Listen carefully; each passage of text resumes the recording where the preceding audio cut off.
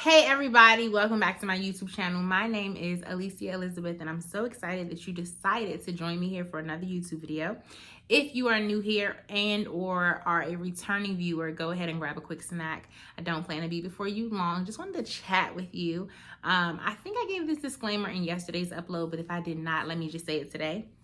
Every video is going to be different for this season. As I navigate enjoying vlogging and enjoying seeing my different gifts come forward, I am just capturing those moments. I'm sharing them with you. And so I just encourage you to go ahead and buckle up and stay for the ride. If that's not your speed, that's okay.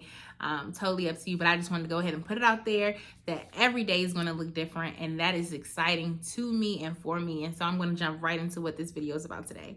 So this morning's meditation came from the book of Ecclesiastes. And I say it like that because right before I got on here, I went to check to make sure I was saying it correctly. And I'm going to tell you right now, I'm not saying the name again anymore. I'm going to be like Eccles, okay? Everybody understand that? I'm going to say Eccles, but we're talking about Ecclesiastes. It's in the Bible.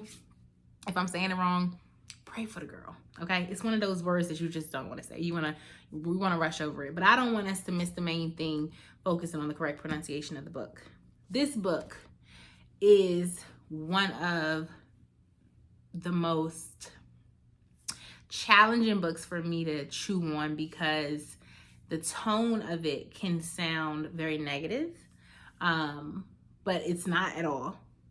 If you don't read it with an open mind and an open heart, you'll be ready to just be like, you know what? I'm about to blow my savings. I'm not going to work anymore. I'm about to YOLO. It's giving YOLO vibes, but also it's giving like, even YOLO isn't worth it. And if you've read the book, you understand. And if you haven't, no problem. Take some time to read it. But in this particular verse today, it was in chapter 4, verse 4. It says, "Then I observed that most people are motivated to success." Excuse me. Most people are motivated to success because they envy their neighbors. But this too is meaningless, like chasing the wind. And so throughout this book, we constantly see the author referencing things that we do as people and how pointless it is and how essentially it's like chasing the wind. And if you ever think about chasing the wind, you can't catch the wind. Okay, like you can't catch it. And even if you thought you catch it, there's the argument of you lost some of it. Like it's a pointless feat, right?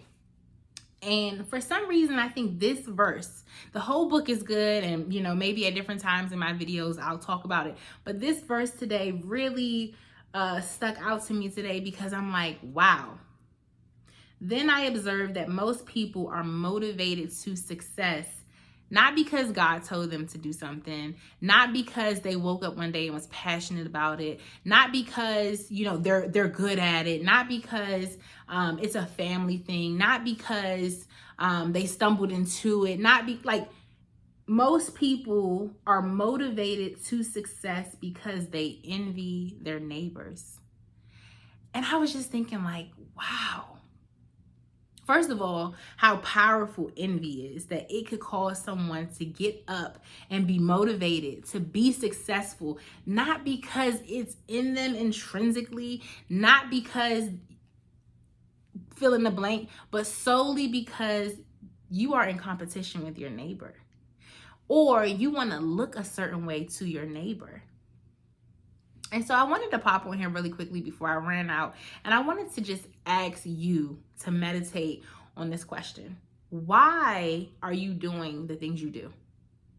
God has me in this really interesting spot that I honestly have not been able to come down from the level of excitement, where I really feel like I'm getting to kind of like unravel some stuff, you know, and explore like, what's my motive behind doing X, Y, and Z?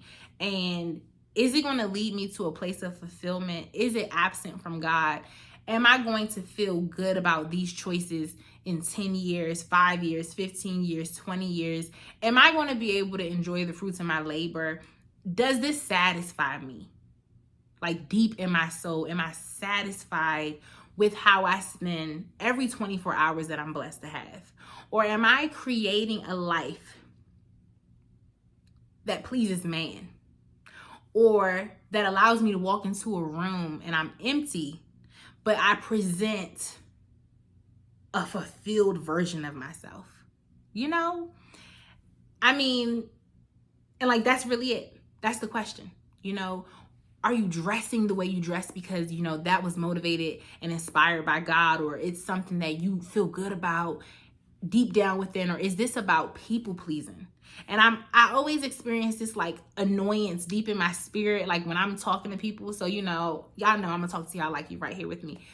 It's something about us pleasing man that works a nerve in me. And I think it could just be a number of things, even tying back to the Brene Brown series, where it's like the audacity of us to want to hustle this hard to please people who don't provide, who we don't have to answer to on Judgment Day, who do not have a heaven or hell to put us in, who do not give or take from us. It's backwards. It's backwards. It's exhausting. It's dangerous. And so if you follow me on Instagram or Twitter, I had posted this verse, and I said side effects of envying your neighbors include, but are not limited to, burnout, unoriginality, mediocrity, lack of inspiration.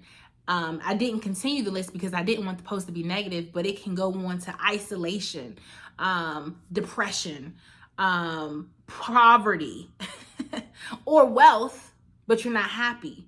Accumulating all the assets in the world, but not being able to enjoy them. Dying with those assets, and then the next generation squandering them. All because our gaze is not set on Christ. You know, and so that's the question. That's it. Where's the motivation? At the root of what you do, where did it come from? You know? And this is slightly off track, but I feel it in my spirit to just say, like, it makes me think about, just to make it black and white for some people, it makes me think about like a relationship where it's like, at some point in your relationship, you change, and you have to take a second to step back and ask yourself, like, what's my motive behind altering myself? You know, am I really just like, am I chasing the wind and getting your approval as my partner? Am I chasing the wind and getting your approval in this friendship? Am I chasing wind to get your acceptance and approval in this workspace relationship? Like, and am I even getting a leg up, or am I just on a hamster wheel, and I'm just chasing and chasing and chasing and chasing, exerting energy, and I'm changing, and I'm wearing what you like, and I'm saying what you like, and I'm doing what you like, and I'm not getting anywhere. But I feel motivated to be successful in this race, and it's really not getting me anywhere, you know? And so if you hear this video the wrong way, it'll be discouraging. That's not my intent. My intent is for you to dig deep today and to really ask yourself, what is motivating me? Where is my motivation coming from? And to really ask yourself, am I fulfilled in the things that I do day in and day out? Like, do I feel good? And this chapter talks about how if it's not associated with Christ, if it hasn't been inspired or assigned by God, it's not going to be fulfilling. It's going to be very temporal. It's going to be very temporary in its fulfillment. And so that's for you to, you know, explore and figure out. But I know, as for me and myself, I realized truthfully the things that, you know, aren't deeply embedded in my faith, or like include me doing something for someone else that may be inspired by the Holy Spirit, the fulfillment, it does pass. It definitely passes. And so I don't know. It has me looking at everything, how I spend my time, the things that I wear, the things that I do in my free time, the things that I allow to exhaust me, the places that I exert the most energy. Like, what's the end goal? And who inspired you to even start this? And do you even like it? Do you even like how you spend your time? Or are you wasting that day in and day out to look a certain way to your neighbor, and your neighbor being literally the person across the hall, your friend circle, your work circle, the people that you want to like you? Like, what's really going on? You know what I'm saying? So that's it. I will see y'all maybe tomorrow, maybe in a couple days. But as always, thank you for watching. Please like, subscribe, and share this video if you so choose to. Bye.